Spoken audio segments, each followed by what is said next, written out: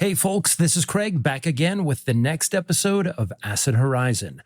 Really exciting stuff coming at you in the next hour. Our friend Baz, aka Kwasu Tembo, joins us to discuss his new book on the relationship between trauma and time travel in cinema, through the lens of some of our favorite thinkers and some new ones as well. We also wanted to suggest that if you need a bit of an intellectual pick-me-up as summer kicks off, we have new classes coming at Acid Horizon Research Commons, the dialectics of Fanon, the intersection of games, ritual, and revolution with Marx and members of ASFL, and a survey of anarchist thought against the imposition of technology in a course on anti-civilization. Drop into the show notes for more information, and now let's hop into the time machine with Baz, Adam, and myself.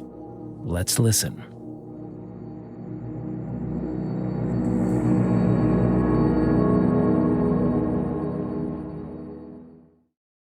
If you had a time machine, what would you do with it?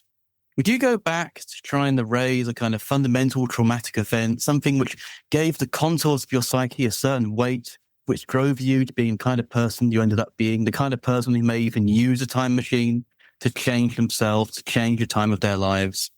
Or would you think, fuck that, and take a hammer to it? What if these two relations might actually be a little bit closer than we may expect? Today on Acid Horizon, we're going to be talking about the philosophy of time travel, and not just the Roberta Sparrow book. Roberta Sparrow isn't joining us today. Today, of course, we are delighted to be joined by Professor Kwasu Tembo, talking about his book, Trauma in 21st Century Time Travel Cinema.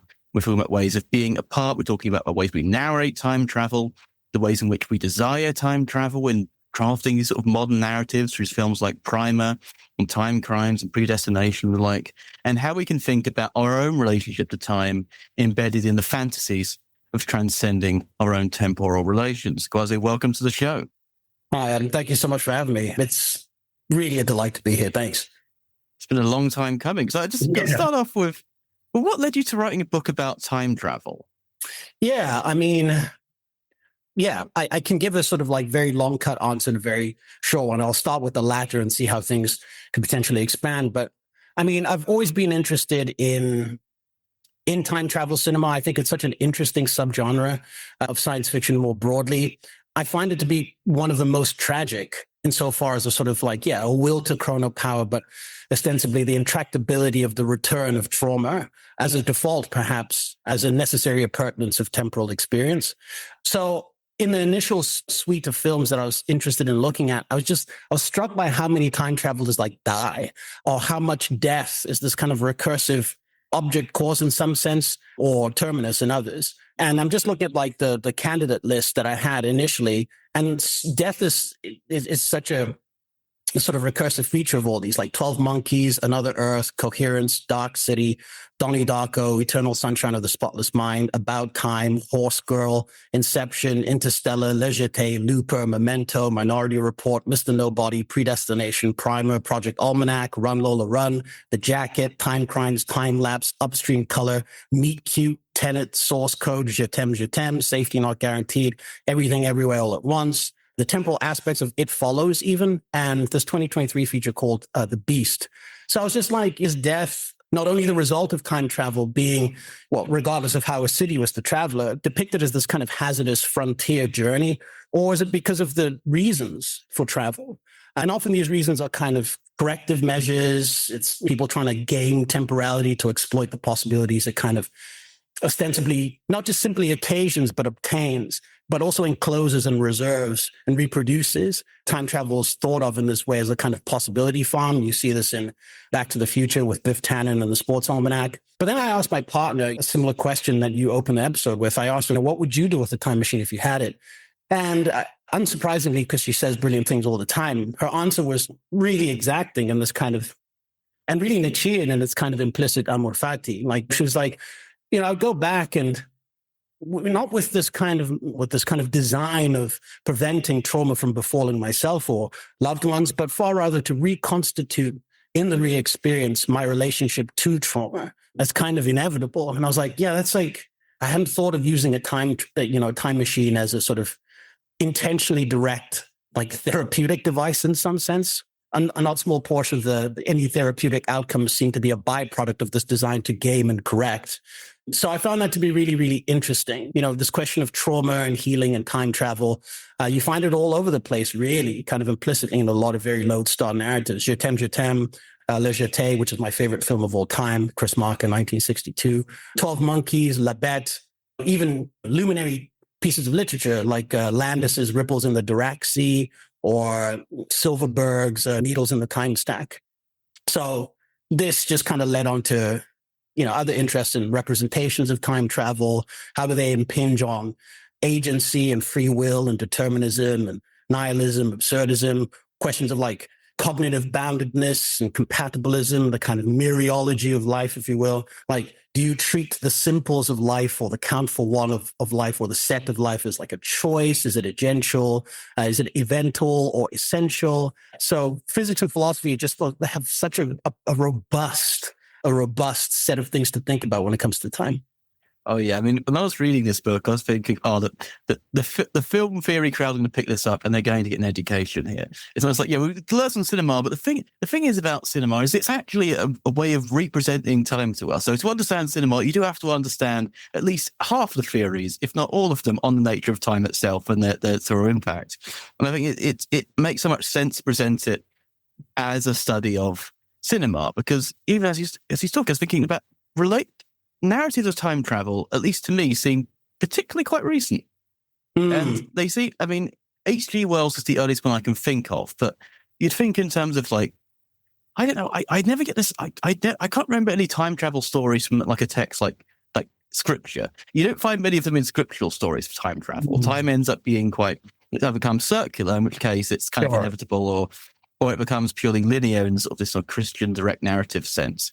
And I wonder if there's something specifically modern about not only time travel and its representations, but development of cinema as a kind of time machine. So I just wanted to ask, when you're thinking about, in a way, our desire for time travel is an object which sort of tantalizes us in cinema, which offers us what you describe as chrono power, as a kind of concept, say like Foucault's biopower.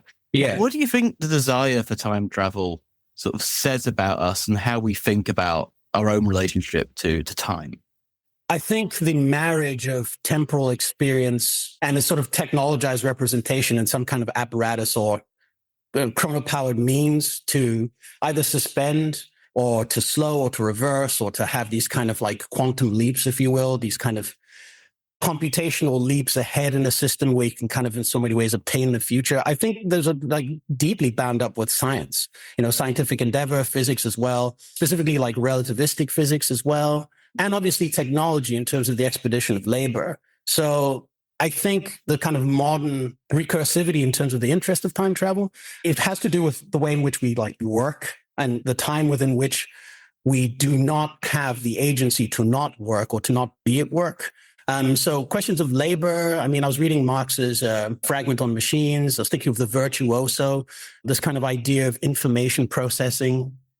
Wolfram and others who have these kind of cosmological models that are computational in nature, this idea of just computational irreducibility, that in order to know like the later states of a system, there's just no shortcuts in certain cases. You just have to apply a simple rule iteratively, step by step, these kind of Schrödingerian ideas, but also sort of an experience of accelerationism. I think we find ourselves in a time in which we're beset with this kind of nostalgia, a kind of revisionary retromania, a kind of nihilism for the future, a sort of nihilistic futurity. It's not just being unable to imagine a non-capitalist future. It's like not being able to imagine an anthropic future at all. And so for some, as I say in the book, I think time travel represents this kind of chrono time, like fallout bunker, an attempt to sort of forestall an inevitability that is terminal in nature. But from the sort of perspective of a capitalist, I mean, a time machine is a fantastic way of enclosing moments and just mining them for all possibilities of profitable outcomes. So, for example, one of my case studies with Primer, the time machine in that particular mise en scène is basically like the wet dream of a grind set mentality. It's this thing that can not only enclose but accelerate and mine and in some ways extract all possible outcomes from a particular remit of time. So I think it's chronopower and for lack of a better term, chrononomics are like really intimately tied. Free time and labor time counterposed to sort of cosmic time and different scales at which time they manifest in our own sort of embodied experience. This question of a long now, where in which acceleration seemingly ablates this kind of parabola that used to describe, or people feel nostalgically perhaps, used to describe an arc in time. It's just this flat now, this long now. So yeah, I think there's this question of time, value, responsibility, all of which are undergirded in modern times with this kind of transactional expectation. As you're talking about particularly the chronomics aspect of things, I was also thinking about what was the earliest time travel story I can think of? And I think I've come up with one, and I think it exemplifies how a different relation to temporality rather than just chronomics. Yeah. And it's Charles Dickens' A Christmas Carol. Sure. It's a therapeutic usage of time travel where he's basically like, okay, you can't get rid of this trauma. We're skipping ahead, but how do you change chronomics? That's what Charles Dickens is doing. He's saying that I'm showing you the future so that you essentially change your relationship to the now, which is and now always measured in the segmented seconds that are sort of isomorphic to profit. I'm guessing very accelerationist if I'm talking like this, but I think it maps on absolutely to what you're talking about. But I know as well in terms of nostalgia, there is a way in which currency of our time seemed incredibly overtly spent. I mean, I know, Craig, you've been writing a lot about nostalgia recently. I don't know if you want to come in on that at all. Not necessarily on nostalgia, you have to, not just pulling the balls of Canada alarm. Well, actually, I'm just very interested in the conjunction of time travel and therapy and trauma. I mean, the sort of general contours of the book. And it got me thinking about basic time travel tropes. The first one I go to, of course, is Back to the Future, which is this kind of Oedipal fantasy that exists along this chronological continuum, which is one of the things that I think is important to thinking about time travel is it simply chronological? Because when we look at some of the most familiar iterations of time travel, like Back to the Future, they're very much forced to kind of fudge the physics of the world in order to make the narrative happen, in order for the self-actualization to happen, in order for the generational trauma to be overcome and what have you. And in thinking the nexus between time travel and trauma, I'm immediately brought to Deleuze. And as I understand it, Deleuze is at least operating in the background of this book. And Deleuze makes a very hard distinction between the notion of chronological time, chronos, and aeonic time. And aeonic time is being this virtual matrix of sorts where events exist in their infinitive form. And it's the space in which we can access these intuitions whereby we can replay events to create the new, so to speak, have new interpretations of them.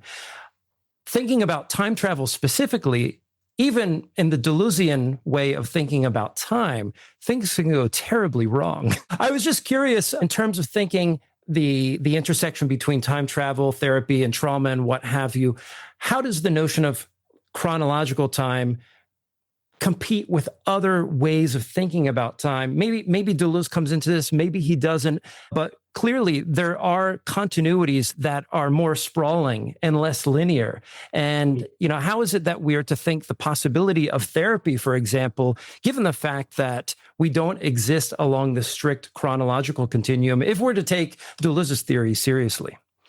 Sure. I mean, that's a wonderful insight. And I think Deleuze is useful in thinking about, as you say, the sort of melange of these things. For me, I obviously tried to bend myself and apply myself to Deleuze's thinking about, his synosis, thinking about film, how it operates mechanically, the temporal consequences of this kind of technology, and obviously the psychoaffective resonances that it's able to induce in a viewer, for instance.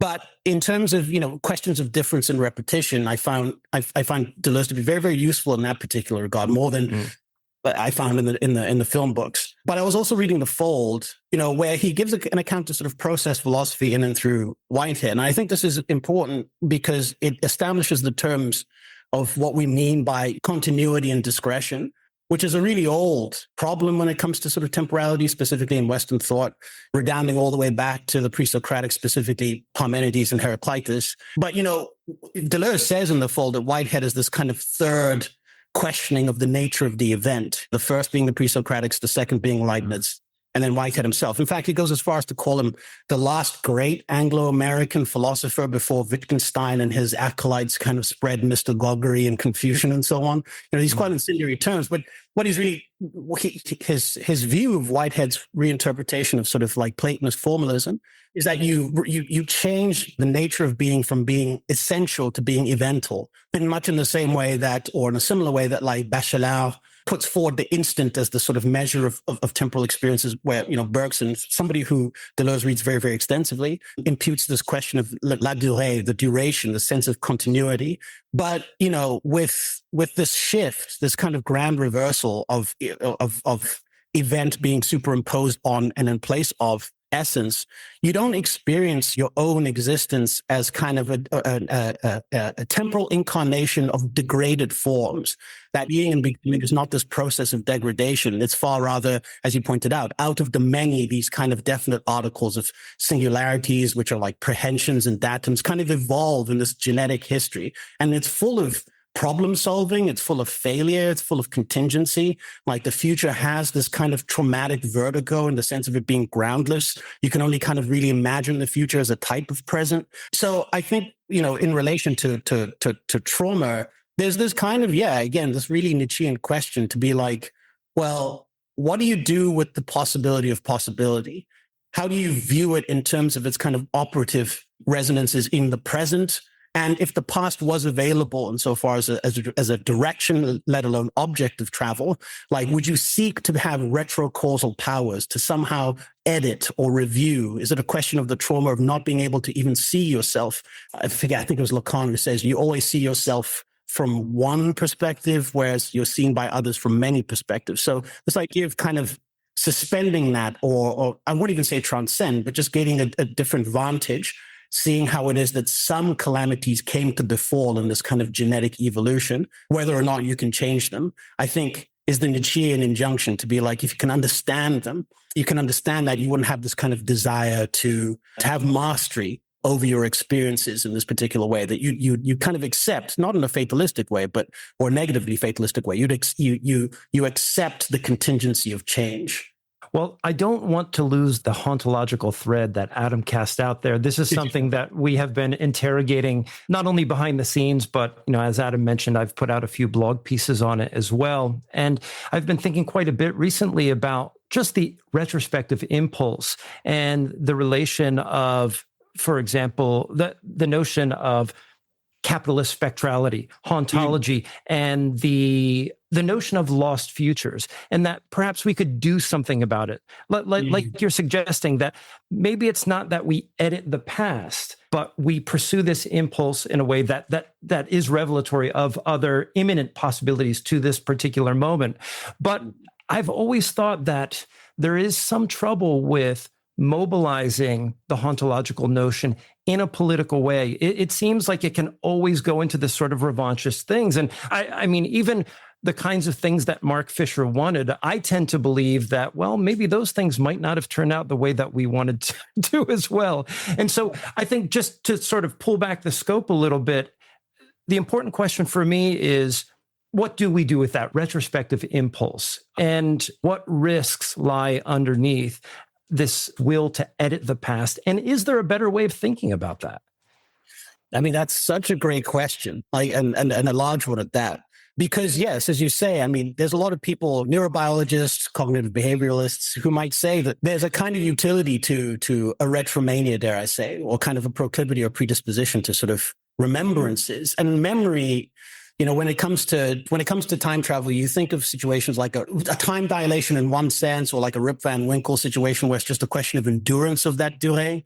But being able to remember, in some sense, at least on paper, would put you in a position in which you're armed with an understanding of certain trajectories, regardless of what sort of outcome obtains. But yeah, I think it's really dangerous to kind of get lost in some sense, or trapped in either a loop or to sort of like land in the past and not necessarily return to the present, which is always kind of moving away from you. If you are, an atheist or a compatibilist or Heraclitean that I identify with myself.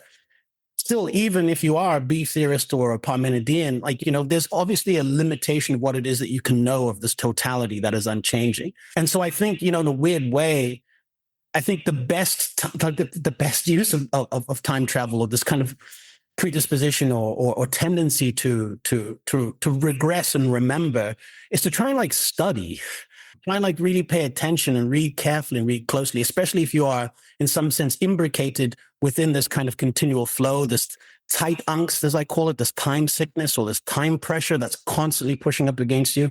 If you can kind of disrupt that in some way, the best use of that no time, I think, is to study. Is to really try and pay attention and really understand not necessarily the details of events in order to sort of master or predict or to prevent, which I think is the danger of this, because I think a lot of people, if given that opportunity, they'll be like, yeah, I'm gonna Biff Tannen this situation for sure. I think it's such a seduction. I think it gives people this kind of illusory, ultimately, belief that they have power to sort of change the contingencies that befall in the future. But I think it's just a matter of in some sense, not forgetting. There's a kind of there's a preservative quality as well, but you have to be careful not to sort of fall into this archive fever and so on. But I think there's a lot that's worth remembering that we forget because of this pressure. And if you could suspend it for even a little bit, just to sort of gain a better sense of awareness, I think would be useful. First of all, solidarity among Heracleitans in the Zoom chat here. But here's a question. We never step within the same river twice. Yes. But it is the case that for many of us, memory pursues us.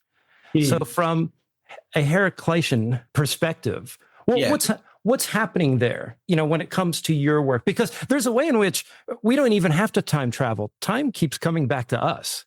Yeah. I mean, it's a challenge indeed. But I think the way that I tried to approach that in the book was where I skirted most closely with clinical ideas and questions concerning time and trauma. This idea of trauma in and of itself being a time machine, the remembering body and what have you, the mark, the trace, the scar, and Deleuze uses this language as well. So does Bergson, I think, from here and there, if I remember correctly.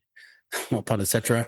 But it's this, that trauma is intrusive. It's unruly. It's unpredictable insofar as where it's stowed and whether it remains and obeys that stowing, or ruptures and returns in quite climacteric ways. And part of why I was reading a lot of Alenka Zupancic in her book, What is Sex? I mean, the first chapter is about sex, and then the rest about it is about death, basically. And she's, looking to Freud and Boissier's reading of Freud concerning, Fort Da, and this idea of why, if you have this kind of chronopower in terms of memory, why would you then remember traumatic events? Why would you actually willfully seek this out? And there's speculations as to sort of the desire for whether it's mastery or not, a sense of sort of abeyance with regards to things that you're not sure of, things that you, to quote Calvin in Soderbergh's adaptation of Tarkovsky's Solaris, or Stanislaw Lem Solaris, this worry that you're remembering things wrong. So to sort of go back and seek them out, re-experience that trauma, and then in some sense return to the present and feel this kind of cathartic closure or this kind of resolution. I think trauma is a really difficult thing, in terms of its in some ways alienarity, it's kind of like trans-temporality. And I think it's so difficult to resolve by virtue of the fact that trauma, at least in my view, is so intimately tied to change. So I don't think that change in so many ways annuls the eventual experience or re-experience of trauma in some sense. And this is a big claim that I make, and I take a long time in the book to try and sort of buttress it. I think that being temporal and being traumatized are the same thing. That was one of the points of the book I was most fascinated about, because it becomes the transcendental. It's not just this Kantian position, which is the formal condition of our experience of objects. Trauma becomes the formal temporal condition of our experience of events. Right. And I really found that, so I never really used so much time with Zupancic. I have to admit, I'm usually quite skeptical of Lacanianism generally, but your use of it was really gave me an idea of okay, so this is actually a transcendental structure, sure. And therefore But also what it does, insofar as you make trauma transcendental, if anyway, the real transcendental form of time, because in a sense that Kant can say there's no time in itself. But if there's something that we're doing to temporality, to the flows of matter, it is basically, we are matter traumatizing itself. We are. Yeah. I mean, this is why, Zbancic ends up saying, like, Freud through Brassier, is saying that it's not a question of like homeostasis. It's not a question of sort of like annulment and abeyance. It's really a question of like dying better. Like it's a question of these sort of recursive terminuses that are in and of themselves necessities of germination of any kind, specifically in this Whiteheadian like genetic view, this prehension datum, this, every datum is a prehension, every prehension is a datum of another, and so on. Like they're these kind of breaks. If you're going to discretize time in any way, like you precipitate as a necessity this question of a break. And more often than not, we experience breaks and changes and alterations in a way that like is not free of contingency. And I think the shock and the surprise, good or ill, is registered in the psyche and in the body as a sort of traumatic experience.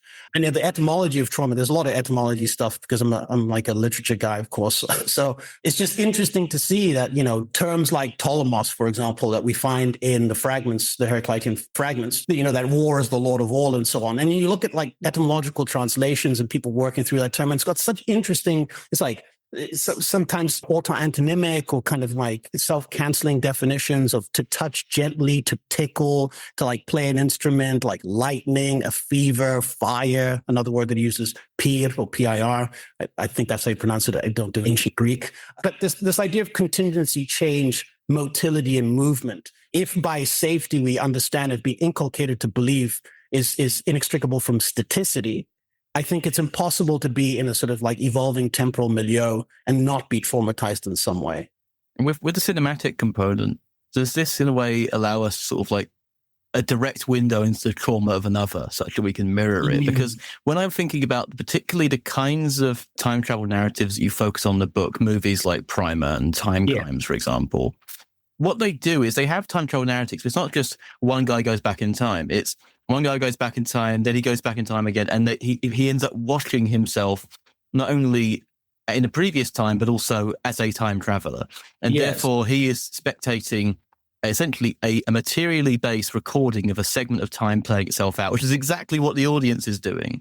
And I think this is how I understand your notion of being a part, which for listeners, it's being parenthesis a for close parenthesis part. You're being a part of it, and also you are part of the unfolding sequence. Is this how the book ends up sort of breaking out of the filmic sort of focus? Because in a way, the thing about 21st century time travel cinema is that it's one of the few kinds of cinema that builds in the spectator relationship into the narrative through the device of time travel. I think that's a really great reading. Yeah, I'll ascribe to it. Yeah, I mean, like the word apart is I'm so fascinated by auto-antonyms. And so like, a part of and apart from, and the relationship that the viewer has to the moving image and the relationship that the moving image has to the apparatus of projection, they're all discrete. But when put into sort of a kind of relationship of relative motion, you get these kind of like illusions of continuity. But this kind of self-assessment of the self-review is always a sort of like consequence of time travel, whether or not, and often it's rare where, at least from the candidates that I was considering as case studies, where in which it's intentional on the part of the traveler to kind of have this self-review, right? Sometimes it's just the consequence of self-surveillance or the physics or the sort of like logic and or paradoxes of like Russell and others, that is just kind of a sort of byproduct of travel. But I think as the viewer, you're very much inculcated in seeing somebody seeing themselves. And what is it that they miss? And what is it that they sort of in line or stand to gain in terms of a sort of reapperception of themselves? And what is the consequence? Regardless of whether or not that kind of viewing is a type of action, and with that comes a sort of retrocausal quality, like was it more direct and so on? And what are the consequences for self-understanding on the part of the traveler? Because more often than not, they return to the present either dead or dying or like still as ignorant of themselves as they were before they left. And I think from the part of the viewer, aside from enjoying the sort of like puzzle formations of time travel films, I think people are just kind of generally interested in paradoxes and so on. I think the sort of the display of trauma and people trying to or people having to re-experience it as a part and parcel of time travel in and of itself is often very tragic. And often, it often sort of makes them reflect on how it is that they are seeing themselves in watching another person see themselves. Yeah, and that gap makes the mediation a lot easier than just Facebook's being like, hey, remember all this all those years ago? It's like, no, I didn't ask for this, but okay, now I'm going to feel bad. Sorry, Craig, I didn't see you. Oh, it's okay. Well, I kind of want to do the story so far in the chat. So we've talked about no essences, but events. I like Adam's phrase of matter traumatizing itself, but it seems like we're on course to do something here that's, almost brutally Nietzschean, that we're ending up at a kind of master-slave morality. And it raises the question of justice and the relation of the concept of justice to trauma itself. And how do you conceive of justice dealing with trauma justly in a way that doesn't reduce the ethics of trauma to kind of neutral collisions of matter in time and space? And that we're just left to affirm in some sort of Nietzschean sense. We could see a sort of problematic interpretation of that. But at the same time, doesn't it undo some of the ontological criticisms that I think are implicit in the ideas that you're putting forward? Yeah, no, that's part of what I think is implicit in time travel, specifically on the matter of, free will and determinism. Ultimately, do traumas obtain in such a way that have like any agential qualities? Or are they sort of like a deterministic output, ultimately, of a computational like cosmos? And this is why I said earlier, I brought up the term compatibilism, because I think I've been thinking about mereology a lot. What do you take as the count for one, to use Badiouian language? Like, where do you start? What's the most simple thing that constitutes whatever parts of which it is a part, both of and from? And some people would say it's choice, with a kind of limited view of free will, as if to say, yeah, I accept that subatomic particles and vectors and scalars and lattices and matrices and path integrals and all these sorts of things are sort of like have a deterministic core, despite the sort of probabilistic outcomes that sometimes are described by them. But on the level of sort of like higher complexities in terms of, conscious thought and action and so on, I do have, putatively anyway, some small modicum of agency. And so I am bound, temporal or otherwise, and whether that temporality is deterministic or probabilistic in nature, that I must act. And even not to act is an act in and of itself. And this is why I was really interested in this sort of psychology of what's known as motivational salience. Like, how do you do what you do? How are you motivated to act, even if that action is ultimately described by a very narrow remit of possibility or a really tight neighborhood? So I'm of the view as a compatibilist that these kind of physical laws can be universal and eternal. But I think at the sort of like local level of some now, that there's always contingent outcomes that are in some sense nudged and influenced by our actions. So I don't think that time travel sort of like gets you off the hook in either respect, whether or not sort of you can prevent traumas from befalling in an unjust way, or you can kind of cause them or just observe them and kind of be like, well, it was predetermined, so I sort of wash my hands with this. I think in that review and that study, it kind of in so many ways shows you, to quote Zupancic, like better ways of dying over and over again. And obviously that's an individual decision as to sort of what you do with that. But I that's my view. I guess my question would be, if we are thinking in terms of agency, does that in any way betray the eventual nature of what we're talking about here? I'm thinking about, how is it then that a choice, for example, then melds into the eventual matrix, a claim on a particular event? Because one of the risks that I see both ethically and politically is that it shores up an argument for the kind of bourgeois individualism that we've suffered for so long. It doesn't necessarily have to go that way, but it pegs it on the individual in terms of, well, that was your choice. That was your interpretation. That was you acting within a given register and making this particular selection for this way of dealing with this particular trauma, memory, or what have you. Sure. Yeah. I mean, and it's funny that you should mention sort of like the bourgeois dangers, because I think a lot of people, and I was struck by this, when I was doing research into the critical landscape and the extant discourse concerning Shane Cart's primer, only like a handful of scholars really made a big deal of the fact that they like the startup company, that like they were really in that accelerationist, advanced capital, neoliberal sort of space of expedition and profit manufacture. And obviously there's two travelers, and they, represent two ways of thinking about this. One is, without spoilers, one is in some sense bound to this kind of loop of self and takes it upon and chooses to act as a sort of weird guardian angel, a sort of silent observer, because he feels a sense of guilt not to abandon his sort of other temporal self, in some sense because of the foreknowledge that he has. Whereas the other one of them that kind of doesn't care, it's just like, let's just make a bigger box. Let's build a bigger enclosure that we can then mine more extractively. So I think, how it is that choices become part of this eventual matrix is really interesting, especially if you kind of view that kind of choice as a very, very strict preferred foliation, right? Like a very, very thin slice of time which has no durational depth or any kind of volume. And I'm not of that view. I think I'm like what's called a thick presentist. I do think that the now, in some sense, is all that exists in like ontological terms, but it has some kind of thickness to it. And that means that there's space for this kind of Deleuzian idea, this kind of Whiteheadian idea of prehension and datum.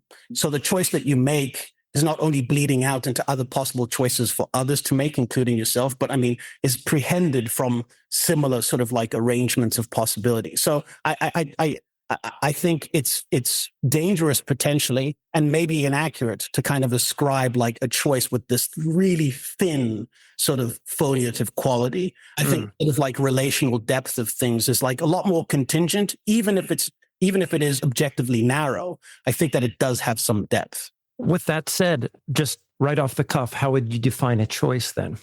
Oh man, that's a good question. I really don't have an answer, if I'm being honest. I say in the book, and I was really interested in set theory. I was interested in Badiou. Full disclosure, I haven't read all of Being an Event. No one has. None of my colleagues, no shade. But I was fascinated by how he talks about not just Zermelo Fraenkel set theory, and how that links to Russell's paradox and Frege and the 1902 letter, and questions of is the set of all sets, is it itself a set? These kind of paradoxes, Gödel's kind of more rigorous mathematical formulations of these paradoxes in terms of completeness within a system and the impossibility of completeness in any kind of putatively complete system. To me, like, I think what a choice is like and this is going to be such a washy answer, but it seems to me that it's a kind of predisposition to contingency. Like that's the best I can kind of really do. What it is in any kind of like practical way is so genetically dense. Like, these kind of relationships between prehensions and datums go quite far, even beyond the kenning of our sort of like computational boundedness. So, is a choice ever more than just one choice? Is it a series of choices if there is this kind of genetic link between them? Like, is it just sort of like the most recent manifestation of a choice that's made ab originally and so on? So I think it'd be really difficult for me to sort of give a genealogy of a choice, especially when I'm making that my own choice within a sort of broader like genealogy of outcomes, if I could put it. Yeah, you said that you're a compatibilist, and I'm familiar particularly with a lot of the libertarian free will arguments, and it always seems in those cases that the question of choice begs the question in the end, or there's a kind of infinite regress on the claim to a particular event. But if we're thinking eventally, it always seems much larger than that. But anyway, Adam, I don't. I guess with the concept of choice, there's always to be sort of suspicious and Freudo-Nietzschean about. There's always something undergirding the discourse of choice when it comes to moral discourse. Are we talking about agency to choose to select? Because or are we talking about what can we? Sometimes when people talk about choice in moral theory, it's mostly about the idea of what can we get away with? What am I responsible for? What about the assignment of praise and blame? I think that was kind of the whole problem with the most famous sort of theorist of free will and sort of the continental tradition, I guess. It's almost taken up there. Of course, he precedes it. Is Immanuel Kant. And Kant's whole thing is just like, well, I'm just going to exclude the will from the entire causal order, so I can simply say we have to assume that there's a causal order that isn't part of this, and so far there is a choice. And yes, we're bad at making choices, but That's why you've got to assume heaven and God and the like. So it is but I do think there is a really interesting way that you do talk about choice as a kind of technique. Because one of the things I found really interesting about the book is that in many ways I got the impression that a good time traveler would in many ways be the same as a good director, or at least a good editor. And I wanted to ask about the kinds of choices, or maybe if you want to subtract the ambiguity of a moral dimension of choice and say selection, coming from these ideas of splicing and projection as modes of time travel activities. I wonder if we can get into those kinds of acts. Yeah, sure. Yeah, I mean, I think in some sense, like a choice, at least the way in which I think of choice is Nietzschean insofar as like there's something of a threat, dare I say, in any potential choice, not just like a bad choice in terms of like physical pain or a calamitous outcome in like an objective way, but far rather in terms of this potential for eternal return. Could you just stand to live with those choices if they were to be repeated ad nauseum? Like, and so numinous as that might be, I think that's quite a powerful and potent way of thinking about any semblance of agency that you might have. However, in terms of splicing and projection, I think, yeah, like a good time traveler is like a good director in the sense that a good director is like a good improviser, ultimately. I think there's a whole bunch of, for anybody who's made a film, or music is another example, where in which somebody like Tarkovsky in his books, Sculpting Time, or Eisenstein and Kuleshov, who did something similar, but like, Eisenstein's sort of like lead sheets are so musically inflected. I mean, it seems that all the images are sort of architectonically based on this kind of, almost a phenomenological Husserlian response to sort of like time, notes, prehensions and datums, things bleeding over each other, smearing and so on. But I think it's the question of like improvisation, really. And I think a lot of time travelers who make it back and succeed in either closing a loop or learning anything at all have to improvise. They have to be really attentive to the manner in which like present possibilities are made manifest and available to their means of measure. There's so much stuff that you kind of like shoot that is extraneous to what's written in the script, even if it's like the continuity is tight. But there's always these contingencies on the dates, the weather. It's these kind of chaotic systems that kind of in so many ways denude possibilities of agential choice, but at the same time also make opportunities for yet others. So a good time traveler, like a good director, has to pay like a shit ton of attention and also have the will, the temerity, and I think like the courage, maybe even the hubris, dare I say, to kind of improvise, to just be like, I'm going to tap into sort of like something freestyle-esque or something a little bit, or certainly not have a sort of predispositional, like negative response to like contingency. Let me see what's possible in something that I don't know. There's something there that always reminds you of the cut-up method. Yeah. In literature, where was it Burroughs said, cut into the present and the future flows out kind of thing, which was, that reminds you of doing, could you do a cut? I mean, you could easily do a cut-up film. It would be easy to watch. But then again, is good cinema ever that easy to watch? I mean, being art house, but I mean, that's why, like, I think Le Jeté is like such a great. I think there's two gold standard time travel films. One is Le Jeté, and the other is Primer. Not just for sort of technical acuity and just kind of in so many ways the miracle of those respective productions. Karth writing, editing, scoring, starring, directing in that piece, but also just Marker's sensibility that. And I think a lot of people are struck at how well it works. I show it to my students all the time as much as I can. And they're like, wow, I don't know that you can kind of do that with still images.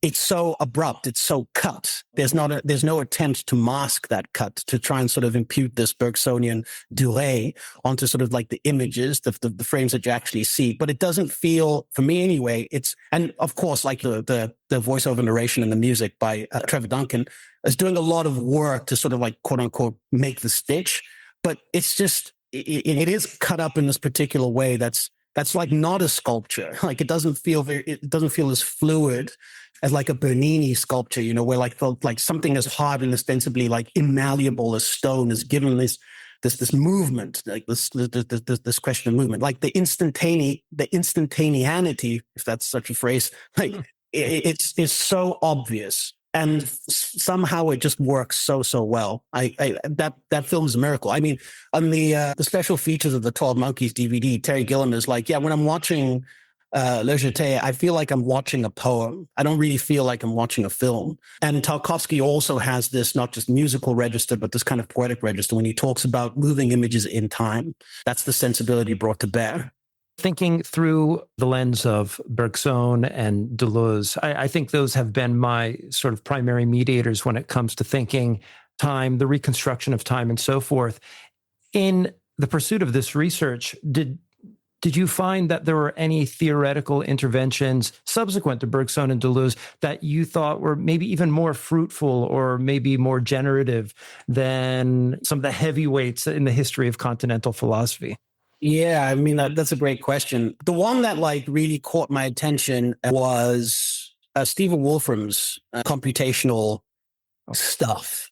I was fascinated because, I mean, from my gathering, and I mean, this is a very dilettantish understanding of the current state of play when it comes to sort of contemporary physics. I've had the pleasure, really the honor of speaking to two who are kind of very much on the sort of YouTube circuit. They've been on Kurt Jaimungal and other places as well. Emily Adlam and Jacob Barandis, who are very, very generous. You know, and I was asking them a variety of different questions. J.B. Manchak, I'm supposed to be having a conversation with him because he's like an Heraclitean. But Wolfram's sort of computational model was really interesting because he very grandly announced that he has a sort of like new theory of time. You know, it's computational in nature. It's the application of simple rules. Simple rules applied iteratively over time can produce very complex structures, you know, like his Rule 30 sort of pictogram and so on, these hypergraphs that he develops. And I was just like really fascinated to see complexity emerge ostensibly from the application of simple rules as he presents them. And you could start to think about like the mereology of that and the terminology that you ascribe those rules. Is it a choice? Is it like is it a limited choice and so on? But what really struck me as well as not only the shape of these particular timings in these hypergraphs was the moments of repetition that would result. So not just complexity, but the relationship to repetition, especially time travel scenarios more often than not describing a loop of some kind. I was really interested in sort of like Deleuze and Proust and others, you know, refer to sort of the object undergoing repetition is not changed, but the mind that is perceiving that repetition is the only thing that can sort of like be altered in that process of looping. So I think Wolfram's computational models of the cosmos, questions of computational irreducibility, computational boundedness, as well as questions of system evolution over time was really, really interesting. I also think that the grammar that you can get from a lot of contemporary physics, and I know they don't like this, you know, Zizek, I think, was taken to task by Kurt Jaimungal recently to be like, well, why call your kind of retroactive historiography quantum? Like, what does that add?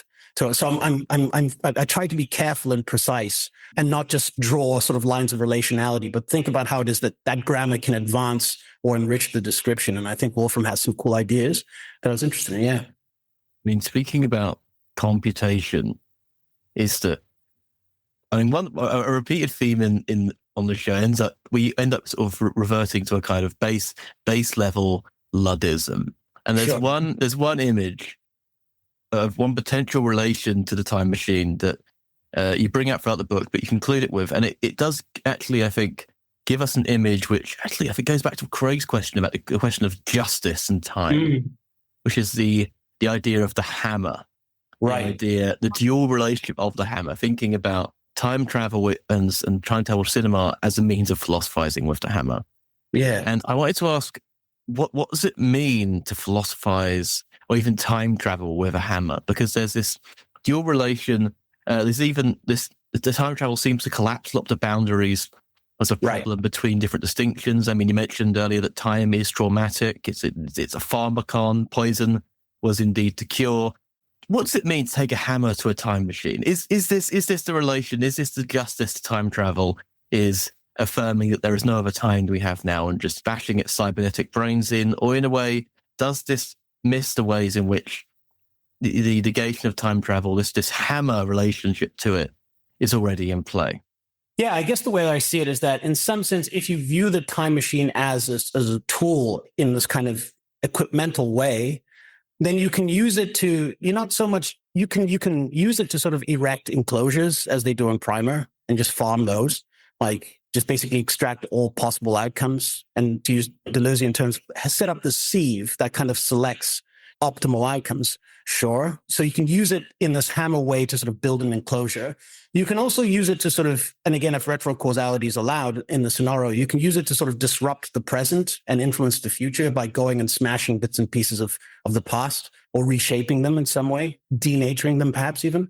You can also, in some sense, use the time machine as a hammer in which and through which to break into moments and possibilities, which has, I think, agential qualities. Like if there was an unjust outcome at a particular moment, the fact that it's in some sense circumscribed to the past does not prevent it from being broken into.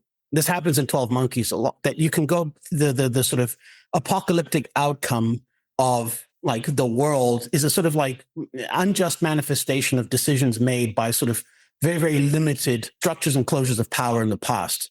But just because they're in the past doesn't mean that they're sort of absolved of the potential to sort of be broken into.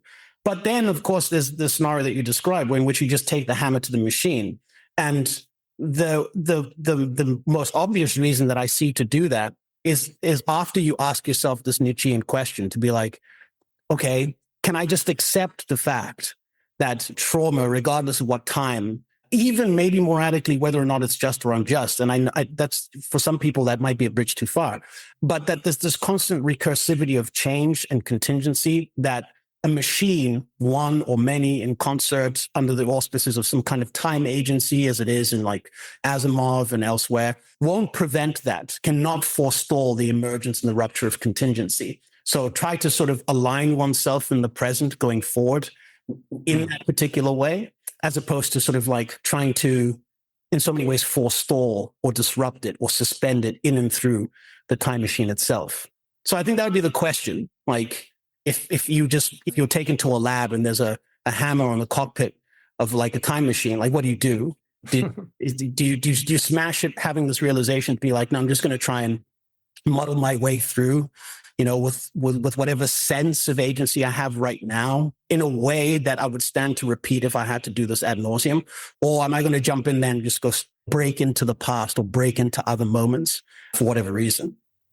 It's not even so much a speculative question now, because the other place where I've seen a lot of time travel sort of discourse happening is in the works of people like Wim Carlton and Andreas Malm. Like their book, The Long Heat, is about in many ways that time travel, because they're like the way that technologies of environmental destruction, or even actually the opposite, environmental repair, being sold to us is as a time machines. It's idea, for example, like carbon capture. It's like, well, okay, don't worry, we can keep pollute. We have this machine, and therefore we can pollute into the future, because when we run out of all stuff, when it comes too bad, we just take all the carbon out of the air and keep doing it, and the cycle begins again. And the politics of time travel is actually a very present conjuncture, because the speculative technologies, even the technologies that are now, are being used as a way of selling the future back to us in the present. And I mean, it's a grand claim, especially when you start to think of like entropy. And I've been reading a lot of Stiegler recently, and like, you know, you think of like, more often than not, time travel devices specifically require some kind of negentropic means. You know, they require some kind of negative energy that you can, as you point out, you can kind of do all of this disorder. That you can exacerbate certain forms of disorder that have sort of, you know, cascade effects and so on. But it's not just a reset. It's a kind of like negentropic force that you can kind of, in so many ways, just erase it temporally. You can just basically turn all troubles into positrons and have them go back in time. Like, but it's, especially when it comes to time travel, that's the most speculative part about it. It's like, how is it doing this? You know, how is it? Is it magic? Is it sleep? Is it dreams? Is it black holes? Is it some kind of exotic matter? Is it time crystals? And then, is it a one-way trip? Can it be done multiple times? Is it necessary to sort of have this resource in such abundance that it can do this negentropic work continuously? Like, so in some sense, you know, that kind of gazetting is not dissimilar to the way in which specifically corporate entities engage and disperse the term quantum as this kind of weird pseudo-mystical solve for not just, for example, the problems of computational boundedness, this idea of qubits, this kind of hyper-acceleration with regards to computation and so on, this ability to leapfrog the kind of computational irreducibility of systems and their linear evolution. And people, there's a mysticism around not just energy or energy reversal, but like this idea of speed of the processing of information. I kind of want to return to Adam's whole Luddite thread. I think we're still on it, to be honest. But one of the figures that we've put in focus on the podcast in recent months is Gunther Anders, and talking about Promethean shame. And I think one of the things that's sitting on the fringe of this particular discussion is, and every discussion these days, is AI technologies and what have you. And not that time travel theory has anything directly to do with artificial intelligence, but there does seem to be a Promethean conceit which inhabits the will to articulate both of these kinds of technologies. Yeah. And it seems with the emergence of AI, we've been talking with Nicholas DeWarren. He's doing a class for us right now about how, in some ways, artificial intelligence is the paradigmatic technology of Promethean shame. But it might be argued that there's two branches that go out from that shame, which is a kind of Promethean resignation, like, okay, that's it. It's the machine now. But then also a kind of Promethean disappointment, like, we don't want this stuff. And it's turning us back towards a time, a sense of time and space, a kind of thickened present, if you will, where I think it is emboldening the Luddite impulse. Like, what is this world in the absence of either the lie that has been sold to us or this absolutely disappointing technology that, one way of thinking about it is it robs us of our agency, but it's just really, in another way, just a more sophisticated articulation of capital at the end of the day. It's kind of a big spongy riff to hand off to you, but at the same time, do you see that something like a Promethean disappointment playing into the Luddite tendency, or the sort of burgeoning sense that there must be another world outside of this Promethean teleology that we've been sunk into? Totally. Yeah, no. Great riff, by the way, legitimately. This reminds me, I think I can answer this by way of an anecdote. I was invited to do this kind of workshop by a comrade, a colleague in a different discipline area in the School of Arts here at Lancaster University. And, we're in this kind of data immersion suite, and we're shown this kind of AI-generated film, which kind of has these cephalopods. They look like cephalopods anyway. They're sort of bobbing around on screen, et cetera, and so forth. We're discretized into groups. We're discussing how it is that we perceive these things, how we think of the technology that brought them to bear, and what have you. Then we had tea. And before we left, to the table to my left, there was a gentleman who sat in that group, and he was just radiating heat. He was so angry. It was just really hot. And then so we go and we have tea, and I came to him, I said, not for nothing, I'm so curious as to sort of why you're so hot. Like, what is it about what we saw, disturbs you so much? And then I discovered that he was a paleontologist, and he went on this extended riff on gills, like the evolutionary history of gills. He's talking about wings and gills, et cetera, and so forth. And it kind of really clicked as he was explaining this. And I said, I don't want to put words in your mouth, but it seems to me that the disquietude that you're experiencing is the fact that the images that you saw have no history. Far more than that, they have no debt. They have no debt of struggle in order to survive. There's no sort of improvisational iterativeness to deal with contingent responses to environmental stimuli and so on. There's this kind of instant germination and generation that in and of itself doesn't have the sort of like debt of it hasn't written itself forth in terms of its manifestation as complete, or ostensibly complete. And he's like, yeah, I think that's it. So I find the way in which we're enjoying to think about, maybe the shame that we're enjoying to think about when it comes to time, is like this question of like debt, that we're in some sense indebted not only to possibility, but making good use of that particular time. Time is thought of as instrumental, and our bodies as equipmental in terms of bringing the possibilities inherent in time sort of to bear.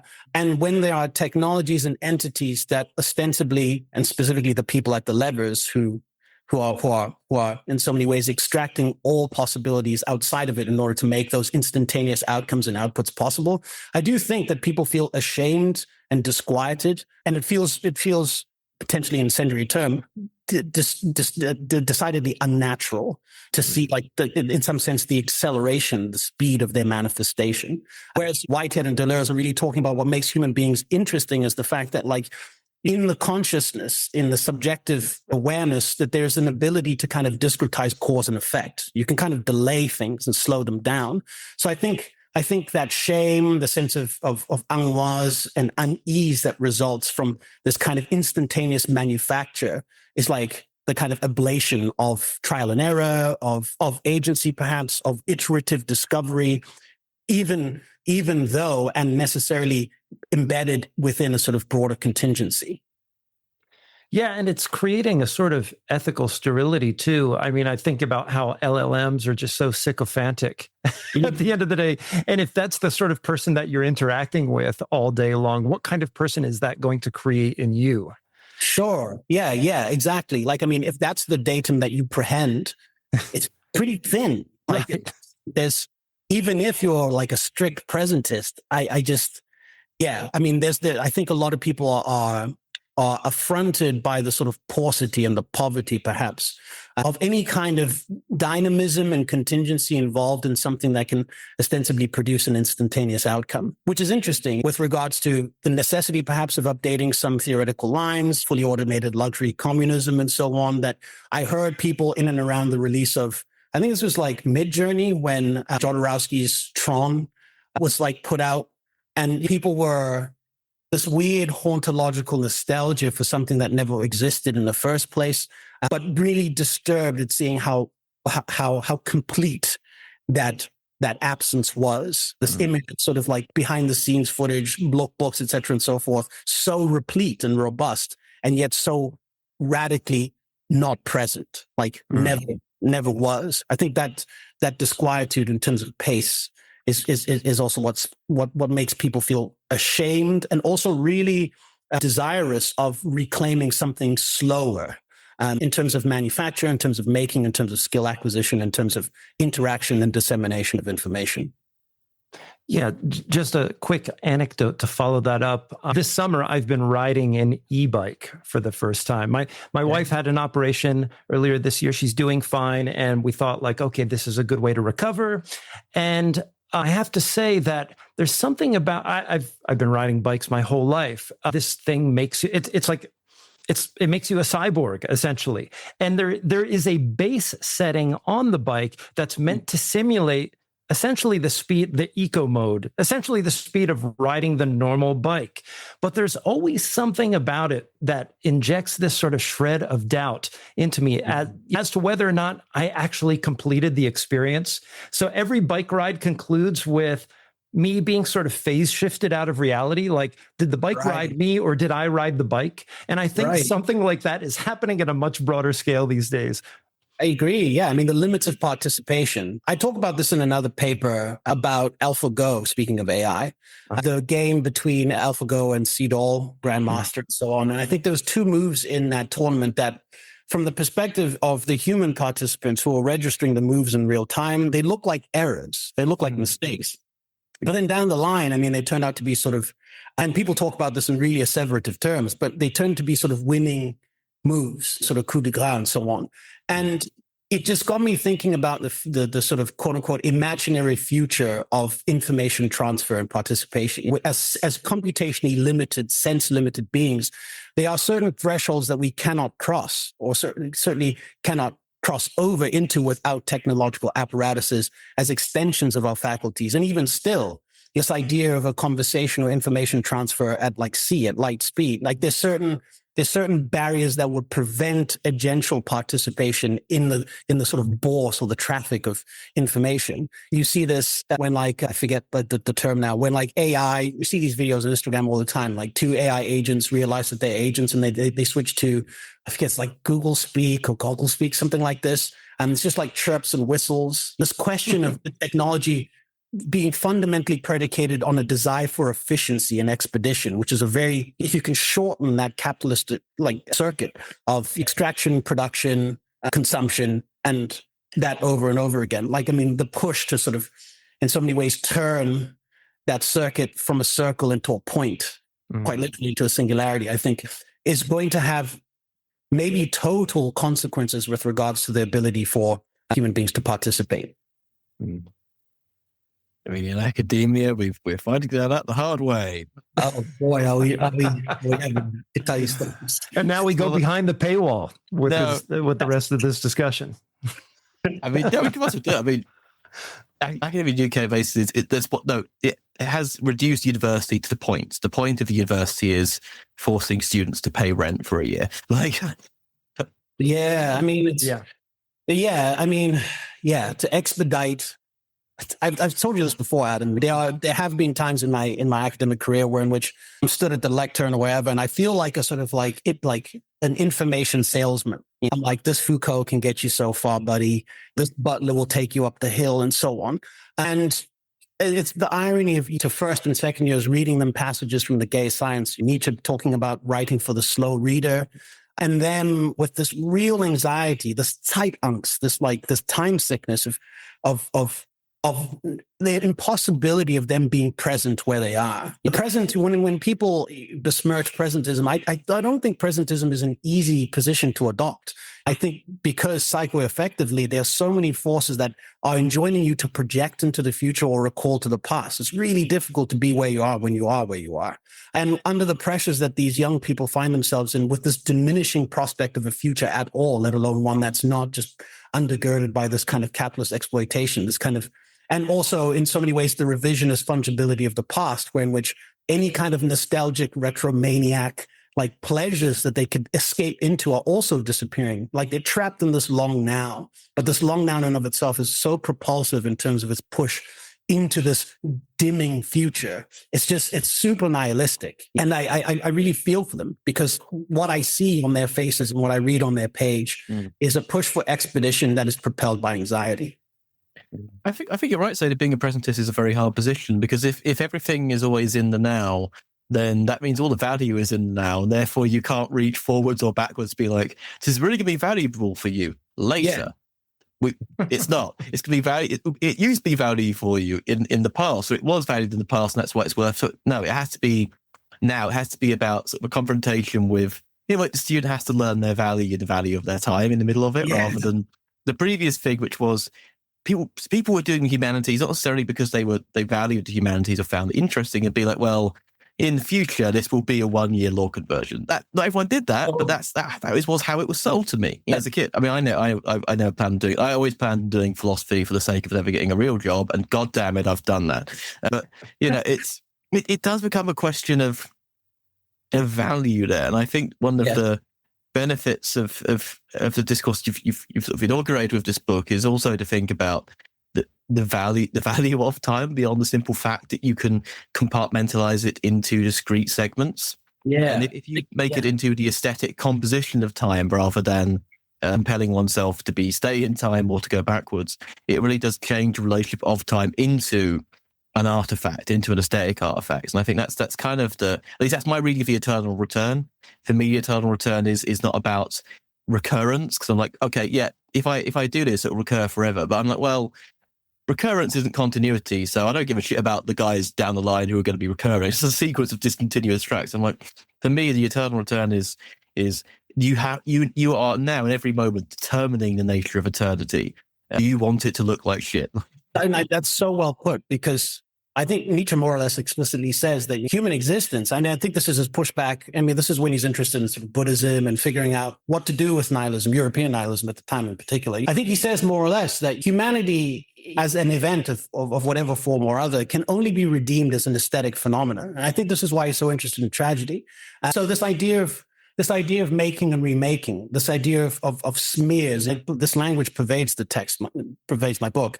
I am thinking about a life in aesthetic terms for sure. And to be an artist or to try and create and to try not just to represent, but in some sense to sort of to engage and encounter the risk of possibility, to really confront it and operate within and from it, I think is really difficult. I think it's really, really hard. And so this is why I think Eternal Return is so resonant, because the stakes are so high from an ostensibly a simple model or a simple thought experiment.